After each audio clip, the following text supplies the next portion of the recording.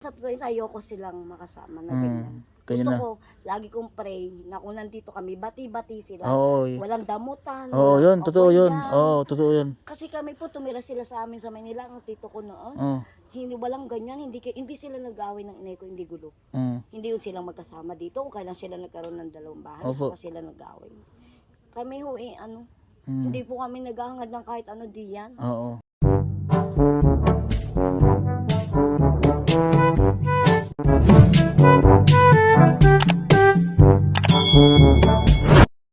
Bakit nandito kayo sa bahay nila Alin? Wala, Ha? nagluluto sila ng kanin at ulam. Pinapagsilbihan mo pa sila Alin? Siyempre naman, Ha? mga pinsan ko. Biyak. Kumain mo ate. Ate Ah, si Ate Ana po, siya po ay balitita kanila Alin? Pinsan. Pinsan. Mama ni Bulina. Oo, ayaw nga gawa. Oo. Nanay ko. Oo, nanay yung sinanay yan. Sila nandito po sila sa kila Ate Evelyn. Dito kayo magki-Christmas? Ano masabi mo sa bahay nila Alin? Kung sa inyong kalagayan ba yan? Nangyari sa buhay nyo? Sa palagay nyo, papangalagaan nyo ba yung bahay na yan? Siyempre. Ha? Ako nga naglinis dyan ng isang araw tsaka kanina pinagpatuloy lang ng pinsan ko. Lack of water lang. Mm. Wala kasing tubig, panlinis. Isa sa palagay nyo, dahilan ba yung tubig para Isa O sa isa yun number eh, one. pangunahing pangangailangan? pangangailangan. Kahit kayo Tsaka, naman, sir. isang pangunahing pangailangan po talaga yun. Ano Oo. po kasing gagamitin? Malayo kasi yung iniiba nila. Walang Malayo. Pero kung sakaling sa yung bahay yan, talagang malinis lagi yan. Siyempre Ha? naman, nakita nyo naman noon, malinis Oo. lang yan, nariyan kami. So napakaswerte nila dahil kita nyo Kahit naman. pa paano naman, nalilinis-linisan Oo. pagka nandyan sila. O pag may, tulad ako, dumating ako dyan, ilang araw ako nakitulog. Kayo naglinis. Oo. Naglinis ako. Mm. Bakit naman tulugan na marumi? So yung alam nyo bang CR mahirap mo. Wala kasi nga po Hindi kami ba sir, tubig. nung nandyan ako, di ba malinis naman talaga yan? Yung tanong kay sir. So kasi ang bahay kasi nila, Marami pa pong halaman yun. oo, isa kasi yan sa pinakamaganda na 2 kwarto na napagawa namin. Yan Yung lang bahay ang Kaya nila. lang dito yung mga halaman sa tita ko. Oo, ganda. Oo.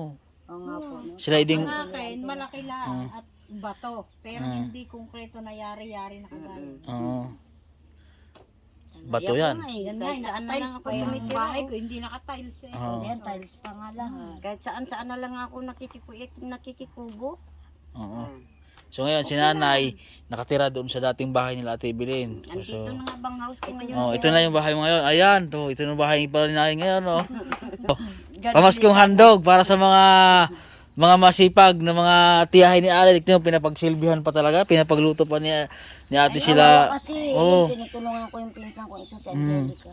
Siya lang kasi naiwan. Ibig sabihin, pinapagsilbihan mo pa talaga sila. Pinapagluto mo pa. Pag wala, meron. O pag Oo. kung wala silang lulutuin, minsan binibigyan ko silang ulam. Pagtsatsagaan namin kung anong ulam namin, hati-hati, kapos. Hati-hati. Pero walang choice. Hindi ko naman silang pwedeng tignan. Hindi namin sila pwedeng tignan ng inay ko na kami kumakain, sila hindi. Pagkakasyahin lang. Kahit gusto pa kumain, kung wala na. At di nakakain sila, hati-hati. Yan, bumili May na bigas ng naman ulam sila sa kung sa akin, no? bigas. Oo. Bumili yung pinsan ko ngayon ng ulam. Sabi niya sa akin, Insan, pakiluto mo to ha. Sabi ni Ude. Sabi ko, o sige san. Na pinabali ni Kuya. Opo, sa paggapak nila. Mm. Ayan, kasi sabi ko, Ning, sige, hugasan mo Ning at ako nagsasaing, ako magluluto niya. Ayun pala. Ay, kamusta na pala si Tatay Gamay ngayon? Kasi ilang araw hindi na rin namin nakikita. Ha? Excuse me. May sakit daw po. Pumunta dito si Alin Oo, kahapon. anong nangyari? Humingi ng pera sa kuya Rolly niya. Ay, unyo. Oo. Para pambili ng gamot dito sa Sigmura. Ano yun? Malala na ba yung sakit niya? Di ba sabi nila ay may bato na sa bituka? Hala, mahirap na yun. Nung una nilang pa-check up, di ba si Evelyn pa nga yung kasama? Kuya Nakita niya po nanay? madilaw siya. Medyo madilaw-dilaw Kasi balat niya, di ba? kasi sa side namin po, all na tinutulungan namin siya. Ngayon tinutulungan pa rin namin po kahit ganun po yung nangyari po sa kanya, hindi na masyadong pinapahalagan yung bahay.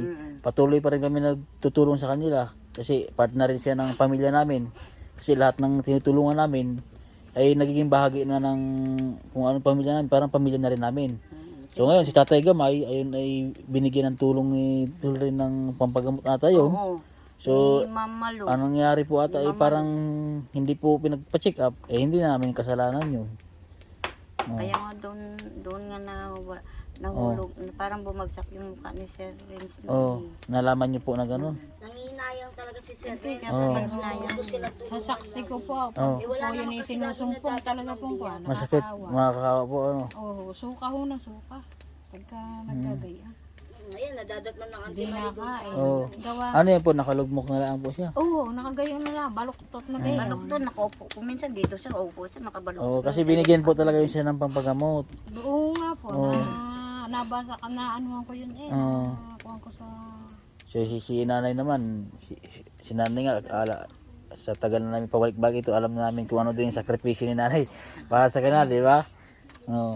Nasa gitna lang Oo, ako, Sir. nasa ano Kaya siya. paghihirap ko Oo. ng pag ano ko sa Sabi kanila, na sa inay ko, pagtitimbang. kahit na hindi na lang tayo Sama. makitulog sa magandang bahay, Oo. basta malayo na lang tayo. Oo, Kahit kubo tahimik. na lang, May tahimik, para oo. tayo na lang. Magkakasamang Oo. mag-ina sa kayong mga anak ko. Kasi Oo. ang hirap po magitna dito. Kasi ang nangyari po kasi ganyan ate, nay, ang kwento kasi niyan, unang-una pa lang po kasi, nung ako talaga ang nakahanap sa mga yan, alam niya yun. Oo, nakwento ko na rin sa kanya yun, ako talaga ang kauna-unahan talagang pumunta dito at para matulungan sila.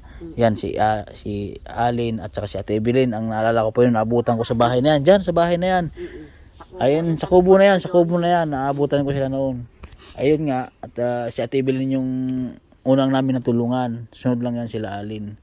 Tapos yun, wala namang hiling din si Ate Evelyn na kayo nga, kapatid niya, na gusto nga niya magsama-sama na dito. So, Kaya lang pong gulo eh. kaya nga, hindi naman namin alam na ganun na mangyari, di ba? Kasi na- nag-iba po mga ugali nila. Yun nga, yung mahirap kasi sa, Nagkaroon na sila mga bahay. yun, ang mahirap kasi sa tao, pag nagkaroon, nagbabago yung, Parehas po sila. yun nga, yung nangyari. Oo. Wala po akong pinipili. Oo. Away-away. Oh, yung mahirap kasi pagka ganoon. Yan, saan te? Sorry ka. Sige lang po. Kasi nung nangyari doon, yun. Kaya tinupad namin yung hiling niya na magkakasama. Yun, nabilang kayo ng lute. Tapos nagpagawa ng Kanila bahay. lang po yun, hindi po kasali ang inay ko sa Oo, kasi- Sabi po nilang sinasabi yun Oo. sa amin. Kaya okay lang po. Hindi, Kahit nga ay- sa kalsada lang kami, sabi ko eh. Ayun naman ay, Totoo lang po. ito naman ay, Magtitiis lang ako kasi nag-aaral yung dalawang anak ko. dito Pero nag-aaral. kung sa tuloy, ayoko silang makasama na Mm, ganyan. ganyan Gusto na. ko, lagi kong pray na kung nandito kami, bati-bati sila. Oo, Walang damutan. oo, yun, walang totoo yun. open Oo, totoo yun. Kasi kami po, tumira sila sa amin sa Manila, ang tito ko noon. Oo, Hindi, walang ganyan, hindi sila nag-away ng inay ko, hindi gulo. Hindi yun silang magkasama dito, kung kailan sila nagkaroon ng dalawang bahay, Opo. saka sila nag-away. Kami ho Mm. hindi po kami naghahangad ng kahit ano diyan. Oo. So kaya Kaya lang rin kami naman nandito dahil sa inay ko, dahil gusto niya Opo. makasama mga kapatid niya. So ang pagkaalam ko kasi, Kadamay pa kami ng mga anak ko. ang pagkaalam ko kasi kinanay, parang kinuha siya. Kinuha nga po nila. Ayun, oo. Totoo naman po. So, Kaya yun. yan nga ang lagi kong sinasabi. Mm. Kinuha kayo dito, dinala kayo dito, dinamay nyo pa ako, Oo, kasama pa yun. mga anak ko. Mm. Yun ang sabi ko, di bali sa Manila, kahit nangungupahan lang Opo. kami, naghihirap kami, pero walang away-away, masaya Oo. kami mga anak ko. Opo. Masaya kayo doon, mataba kayo doon, hindi kayo Oo. pumayat ng ganyan. Yun kasi Di ba pagkaalam matabaw ko. ang inay ko pagdating Oo, niya mataba, una oo. dito? Ngayon tignan nyo naman mo ang itsura ng inay. Si nanay, oh. Sa kaka-stress, sa kakaisip sa kanya. Mm. Oh, ako. Nga, yun kasi alam ko yung ang kwento ni nanay na Iiyak ako pag naalala ko oo. ng ganyan. Nung Yung ginagawa nila. binablog pa namin siya. Nagulat na lang kami, biglang dumating to si nanay. Wala pa kay kayo noon, wala pa. Oo. Ako yung inaantay nila kasi nga, Oo. syempre nandito ang dalawang anak ko. Oo. Eh kasi sabi nga, kahit marami naman dito daw matatrabaho. Oo. Umalis kami ng asawa ko sa trabaho niya. Mm. Tapos umuwi kami dito. Eh wala naman pala agad matatrabaho. Ngayon, syempre, buti natagpuan ko ang Auntie Marie na aming pinansar sa aming pag-uuling. Kaya Oo. kahit di baling wala kami sariling bahay, basta merong kumukup-kup sa amin na pinagtatrabawan namin, eh mabubuhay na kami. Oo. Kaya sabi ko, magtiis lang muna kayo na nakikitira-tira sa kanila, na naiipit kayo sa gitna. Oo. Isamahan mo kabila sa kabila, iwas ka sa kabila, pag nag-aaway naman sila, hirap ng inay kong iwan. Oo. Lagi nga to si nanay umiiyak eh. Ay, Nanay. totoo po yan, kahit nga ako eh. Alam na ni Sir. Ayan, Alam. So ngayon, ayan na ayan. sila. Idala na naman kaming grocery para sa kanila. Bigas, sa bigas. Opo, tama yun. Sana mabahagian kayo. Hindi, ayos lang. Ha? Sanay na ho kami. Oo. Sarap sana sir kung Ha? sama-sama. Oo. Kaya nga yung pinagsama dito sila nila eh. Para maging maayos. Oo. Ay, binigyan kayo nanay. Opo, tapos din nagbigay rin sa kabila ng 2 kilo kayo. Oo. Binigyan niyo po yung dala niyo. Oo. Hindi pasalamat po ako ng marami. Oo. Kung makamadam ka dyan na.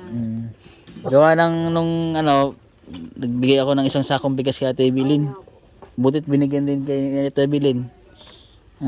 Opo, ewan, biniro ko lang naman sa ko. Tita, ang dami yung bigas. Hindi, papatikimin ko sa kayo. Yun naman ang sabi niya. Pero hindi ko yun ginalaw. Hindi ko niluto. Iniwan ko lang dyan hanggang sa dumating ang ino ko. Ngayon, merong bigas din sa kabila. Ay, sana mabahagian din kayo. Ay, ayan, nagbibigay ko talaga. Siyempre, dapat tulong-tulong kayo dito. Pag ako lang pinagluto niya, kakain na kami lahat sa Abay, oo nga, oo. Paano? Ayan, tinan mo, tagaluto ngayon si ate, oh. No. Ano luto yan, sabaw? Prito daw ang gusto ni Nini. Oh? Tapos, sasabawan ko ng kamyas ang iba. Aba, Kasi pambaon niya bukas sa school. talaga namang may taga-silbi pa. Mabait naman yun. Oh. Ikaw naman ay binibigyan ka naman nila pag nasahod naman.